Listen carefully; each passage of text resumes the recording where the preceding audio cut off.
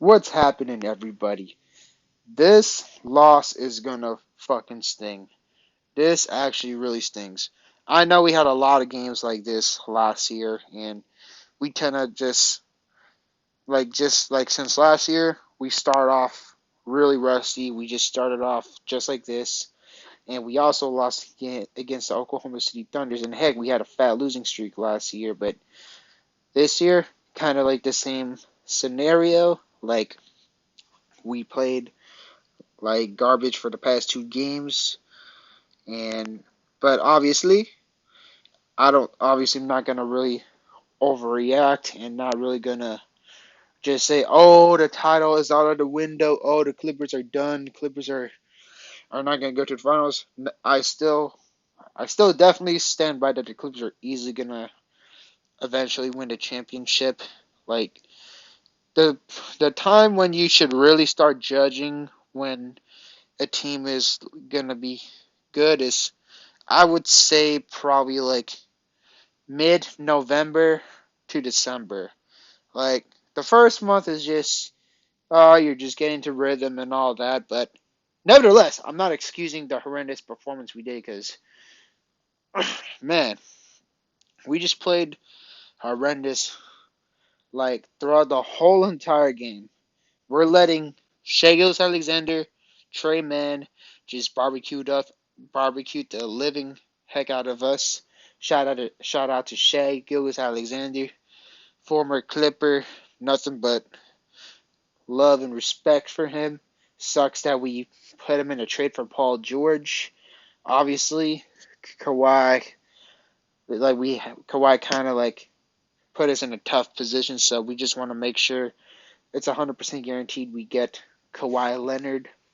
And Kawhi really wanted to play this game, but Tyronn Lue just said, nope, Kawhi, you got to sit on a bench, which was a smart move. But the lineups was just down horrendous. But anyways, like going back to Shea, really wish Kawhi could have just joined the Clippers with Shai Alexander, and then the Clippers could have found other ways to trade for Paul George. Like could have just easily just traded like Montrez, Robinson, Shamit for PG, and maybe like instead of freaking five first round picks and seven and two, I meant two first round pick swaps, so technically seven picks. Could have just maybe been like three first round picks at max because like Clippers have it's the more pressure it's on the Oklahoma City Thunders now because Paul George would have still won it out if Kawhi just joined the Clippers and Kawhi just hey PG join the Clippers and then bam.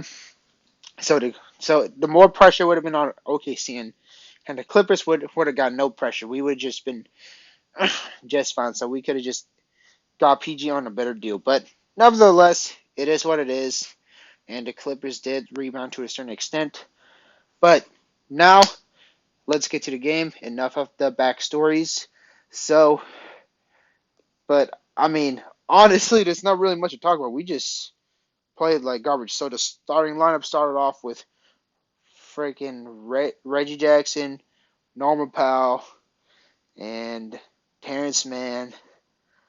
I believe I want to say Nick Batum and Ivica Zubac. So it was like a smaller ball type of lineup. So like, I mean, Terrence Mann could play the small forward, but like we were more prone to not getting much rebounds, and we were at disadvantage. And Zubac actually did pretty good in rebounding, got like 14 boards, so he was probably like the most impactful player for the Clippers tonight. But it just never looked good at the start. But I think that was just a really brief summary. Like it was just a really really horrible game that I cannot even go in much depth. Like Shea cooked us, Trey Man cooked us, and all the other players cooked us. I think the shooting guard, I forgot what's the shooting guard name, but he freaking got 10 rebounds. Like that's how you know that we rebounding, like we still struggle with rebounding. But now let's go player by player. So OKC, I don't really, I forgot a lot of the players' names, but obviously Shea, former Clipper, Shea just fucking just barbecue chicken us 30 points, just getting buckets, all aspects, everything just smooth as heck, just whew, right as Trey Man, same thing. And Poku, he had some flashes. He was decent, solid, I guess. Mike Muscala, same thing, 5 for 8. And the Jeremiah Earl, he didn't really provide much, but obviously he helped them beat our beautiful Los Angeles Clippers. Usman Dieng, he's a raw prospect. He's a raw project player, so just OKC's just developing him right now. Just he didn't really do too good, but that's part of a journey to eventually become a really good NBA player. It happens to everybody. And then Lou Dort played defense, and had some hustle. Didn't really score because Dort's not the type who scores, but he's a fat team plus. And but yeah, that's pretty much all the players that I really know. Like Chad Holmgren, he didn't play obviously because he had the really fat injury. So it would have been interesting to see Chad Holmgren play. Like, let me know on what you think how Chad Holmgren would have played. Like, you think would he be up there in a rookie of the year, or you think he would have been a bust?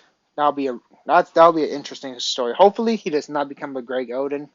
That'll be really sad to see when if that happens. Because when there's a prospect that is so good but stunted by injuries, it's just really sad and annoying to see.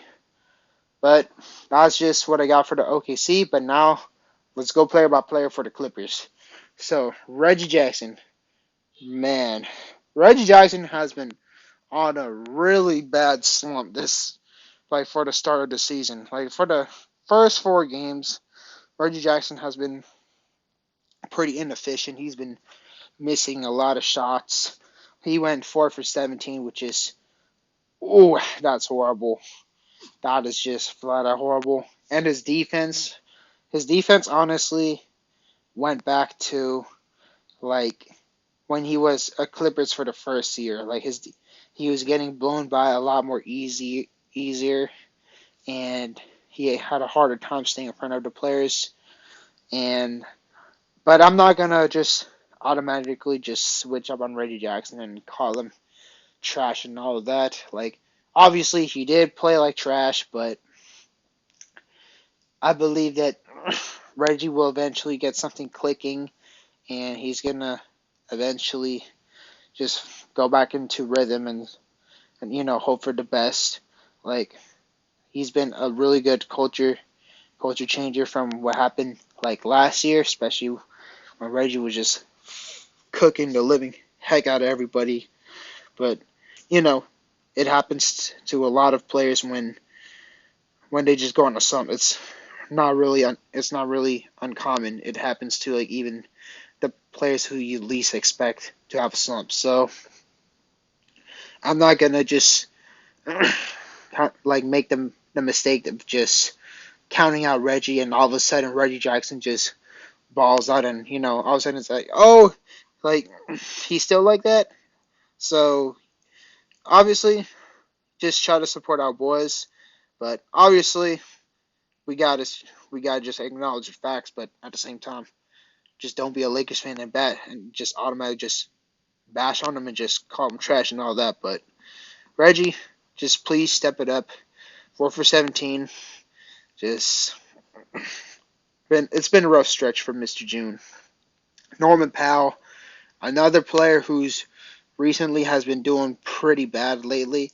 Like Norman Powell, like out of all the people, I kind of least expected a lot of people to slander Norman Powell because I thought he was like everybody's golden child. He was like considered to be like a walking bucket, and which is which is I don't blame him because Norman Powell when he first started with us he was dead efficient. He was like he barely missed. He was just swishing left and right. But ever since like the play-in tournament, like the Pelicans and like now like the season starting, Norman Powell's also been like on the stretch. I mean on a slump as well too. He shot like I forgot his stats, but it was I want to say 3 for 10, which is ooh that's also pretty bad as well too. And his defense is I guess it was okay, but definitely that OKC just fried the living heck out of us. So he was a fat dud for this game. And then you got Terrence Mann. Terrence Mann, he definitely tried his best. He was a solid defender and made some shots and tried to spark the comeback, but energy was just low. Energy was just low. But Terrence Mann, he did okay. Nick Batum, he did okay as well too. He was decent, made some timely shots, I guess, but definitely not enough to beat to win tonight. He, but he was definitely more of the better players tonight. Ivica Zubac was like, if I'm being honest, Zubac and Wall was the best player. Zubac got a double double, 10 points and 14 rebounds. He really did what he could. He really did what he could. Unfortunately, we just lost. We just lost. Now let's get to the bench. Robert Covington, he was more of the better players as well too. 2 for 4 from three, and definitely like put some better scoring boards than the other players. And let's go with who else? Oh, John Wall. Again, Wall was more of the better player as well too. Wall was actually like without Wall, we would have really honestly lost by goodness gracious like 30 points. Like Wall was like the reason why like the pace was somewhat like I wouldn't even say want to say somewhat bearable, but especially the reason why we had some on a scoreboard really. But nevertheless, he did had some turnovers as well too. As always, usual, the Clippers are pretty turnover prone. I'll just say that. And Amir Coffey got some playing time, which is I'm cool with that. And Amir Coffey, while he didn't do too much in the stat sheet, but if you look in the plus minuses, it shows. And definitely, he definitely was one of the better defenders tonight. And he definitely took the charges. He definitely played his heart out along with Zubac and John Wall and all the other people. But then those are just the people who just simply played. And this game, it's just lighting. It's just like what's the proper term? It's definitely exposing Tehran's Lou like worst possible scenarios. Like this is showing Tehran's Lou like low light. This is a Tehran Lou low light. Like what I pointed out about Tehran's Lou weakness ever since he was the coach of the Clippers, and I hate repeating myself, but this is what I just see all the time. Like, what else do you want me to say?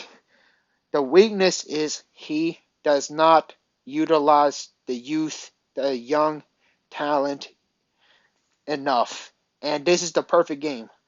You got guys like Norman Powell, Reggie Jackson shooting you out the game. And Brandon Boston Jr., he sits on the bench. He gets no playing time. When he got playing time, he was damn near perfect. So pretty much that makes no sense.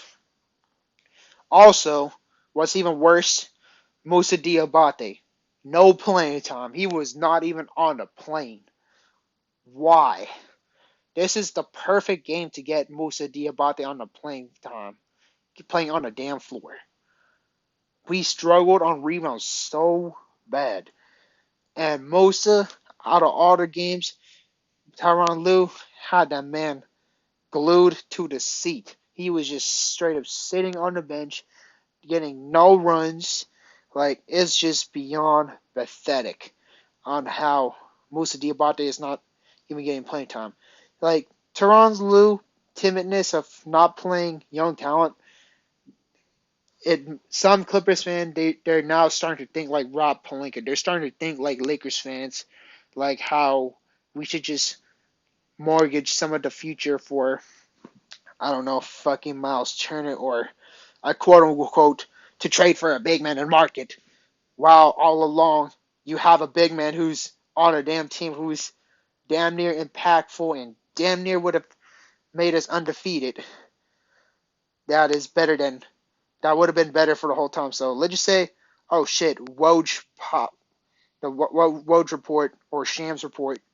Clippers trade a 2028 first round pick for fucking Miles Turner. And Miles Turner, best case scenario, he becomes a fucking decent center and maybe shoot some threes and play some good fucking defense. But all of fucking along, when Musa gets the fucking playing time, he turns out to become the better fucking player when you just essentially wasted your fucking asset for, you know, a, a solid to average big man when you could have been playing Moose on the floor.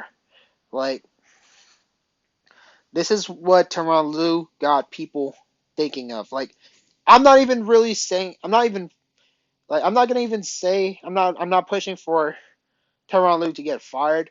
Heck, I'm not even going to say he's a bad coach, but someone needs to get into Tyronn Lue head that just PTY, play the youth. Just play the youth. If we let's just say we played Brandon Boston Jr. or Musa Diabate and we just lost. If we just lost, I would not be mad at all because, in my opinion, that shows effort that at least you're trying to switch things up and you're trying to do whatever it takes to have the team win.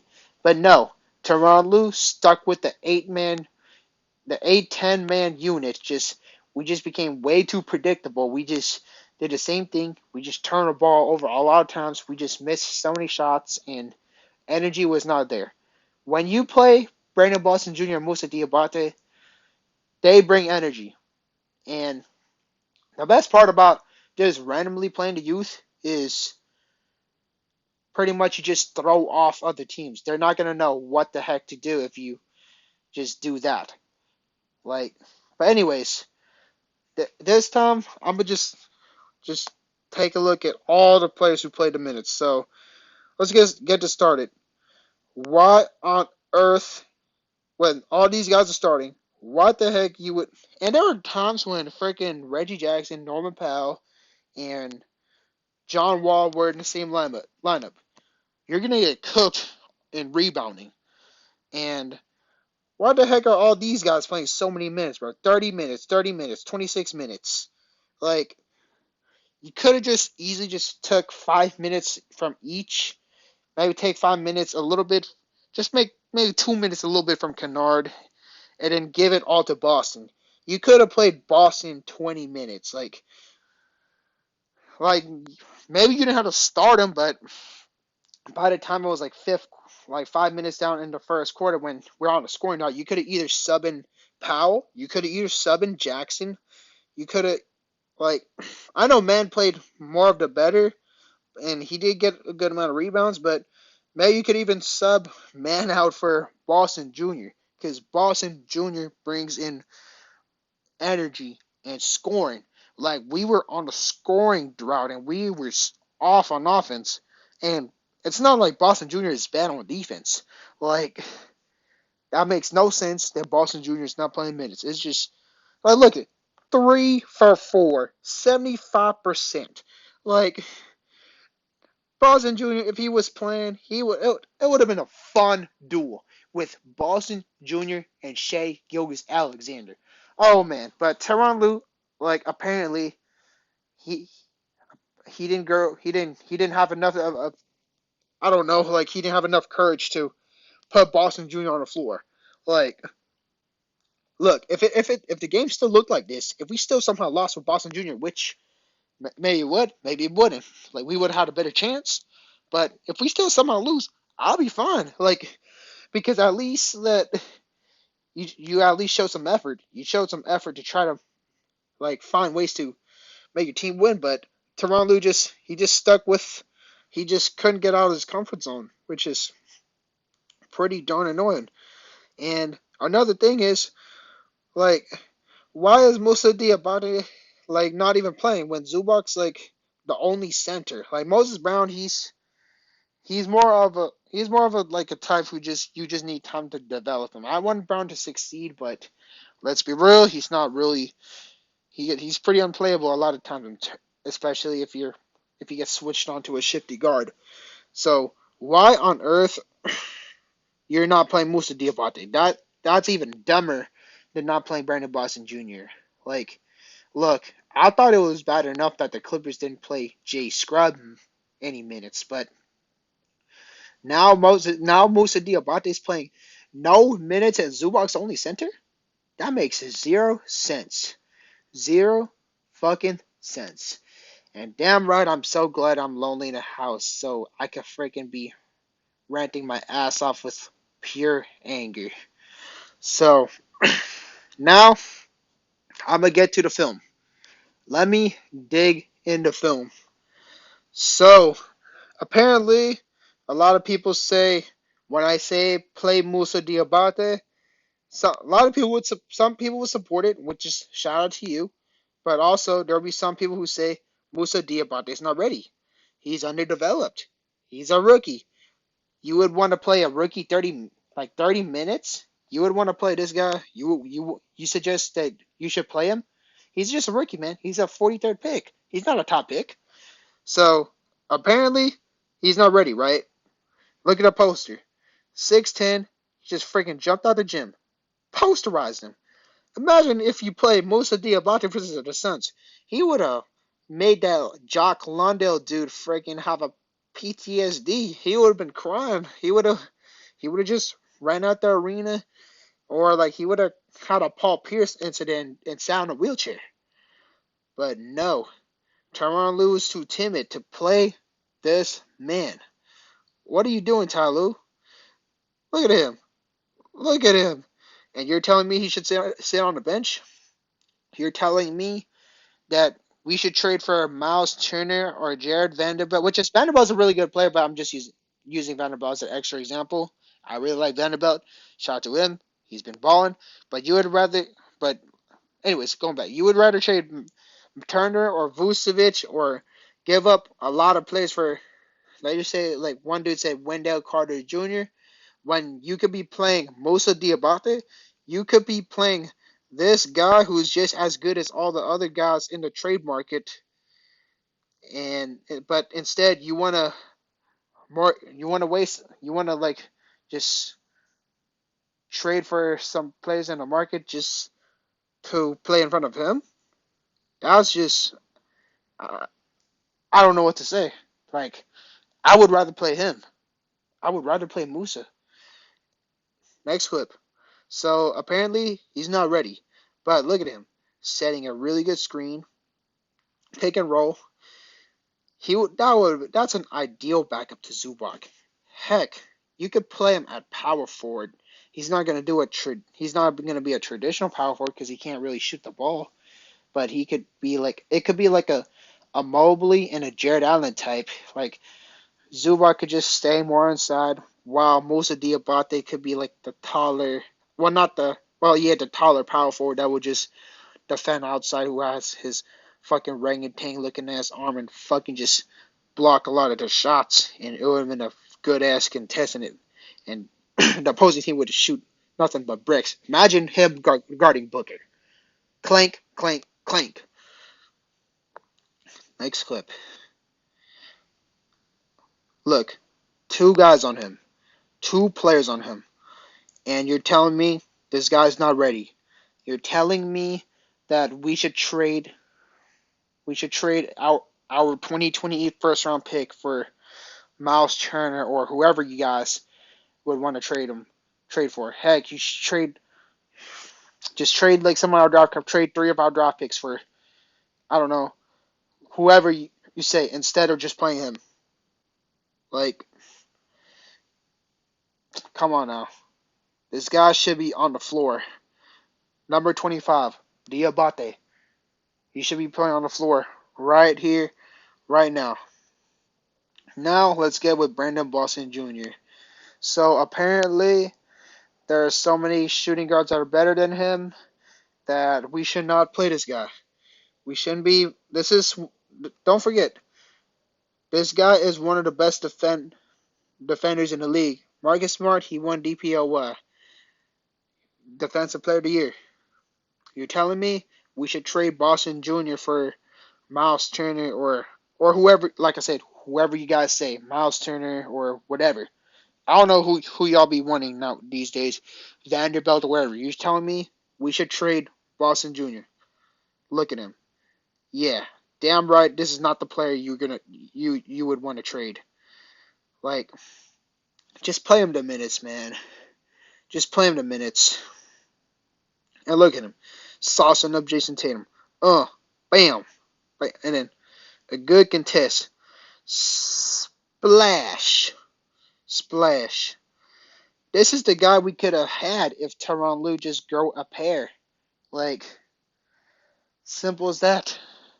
Simple as that. And I really want to believe that Tyronn Lue is just not playing Boston Jr. and Diabate to just hide their trade values and just save it for later. But then Tyronn Lue not playing Brandon Boston Jr.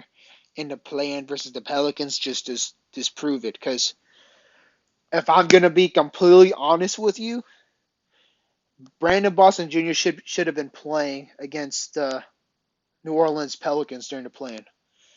Want to know why? Because Kawhi and Paul George is not playing. And in my humble opinion, if Kawhi and Paul George does not play, Brandon Boston Jr.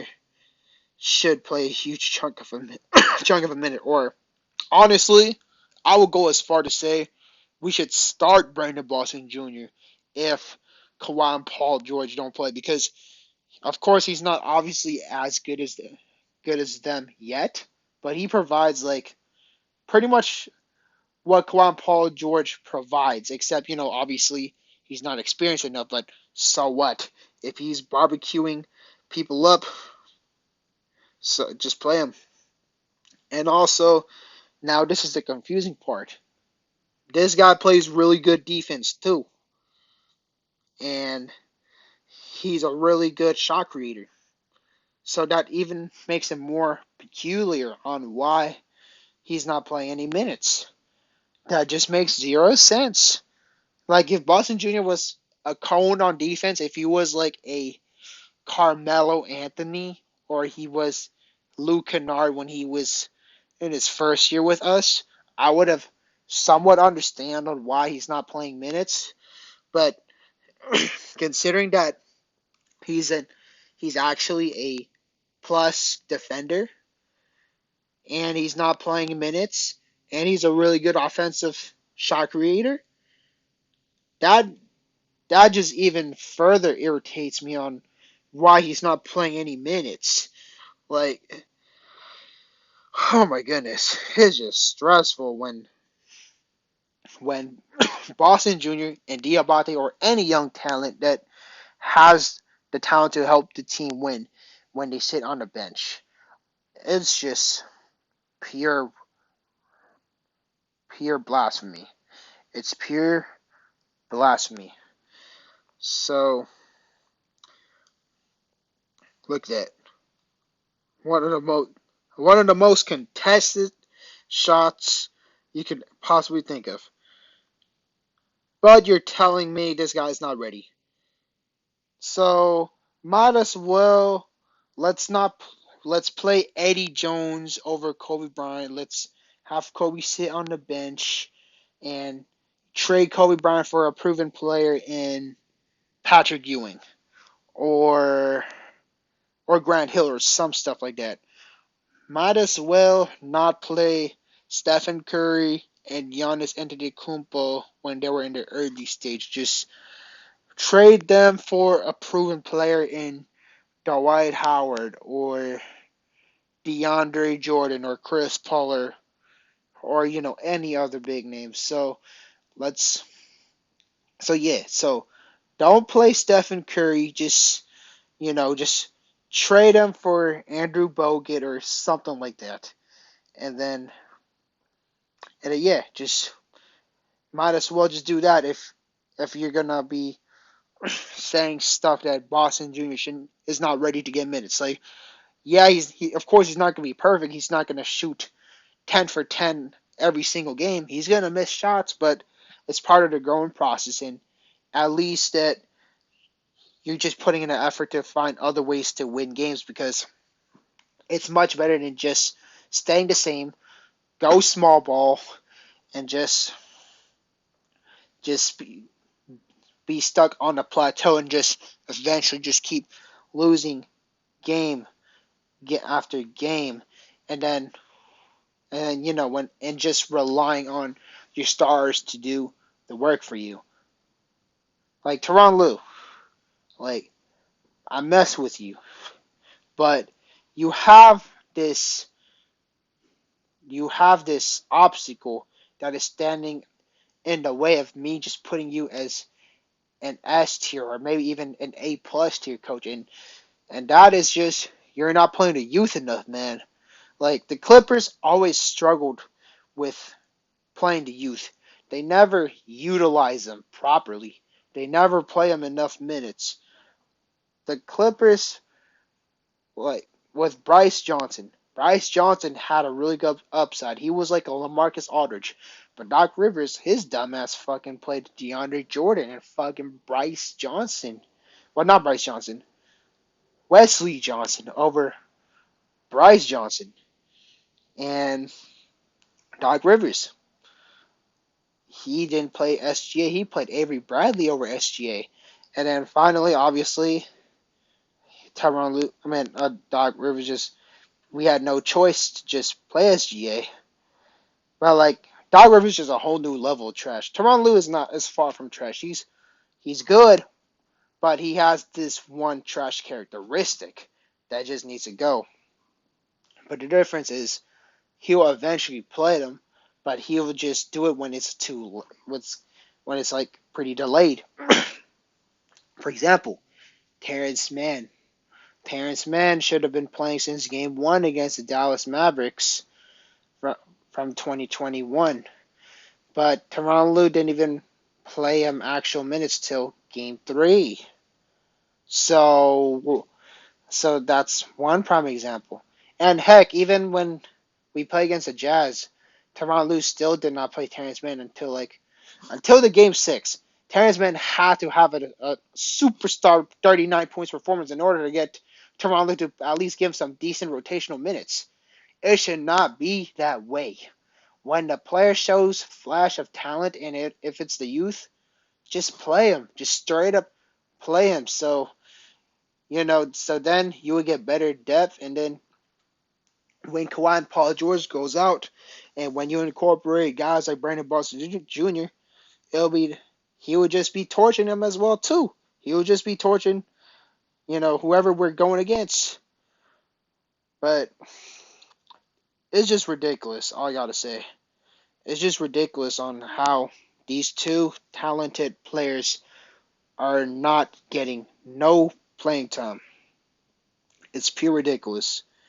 It's just ridiculous. We needed two things: rebounding, interior defense. Well, not two things. Heck, I should not say two things, but we needed these multiple things. We needed defense, interior defense, especially rebounding, energy, and scoring. Imagine the Musa and Brandon Boston Jr. duo. That would go crazy. But apparently, Tyronn Lue does not want to play him. Tyronn Lue is too scared to play him, which is pretty darn stupid, man. Tyronn Lue, just please get it out of your system. Just please grow a pair, play both of them, Moose and Boston Jr. Quit quit just playing the typical veterans. Like, quit staying too much in your comfort zone. Just get out of your comfort zone. Just switch it up. Switch it up. What do you got to lose? If we lose by playing both of them, I would not be too mad. At least you tried. But anyways, let me know what you think about this video. Just leave a comment down below. I'll definitely get with y'all in the comment section. As y'all know, peace.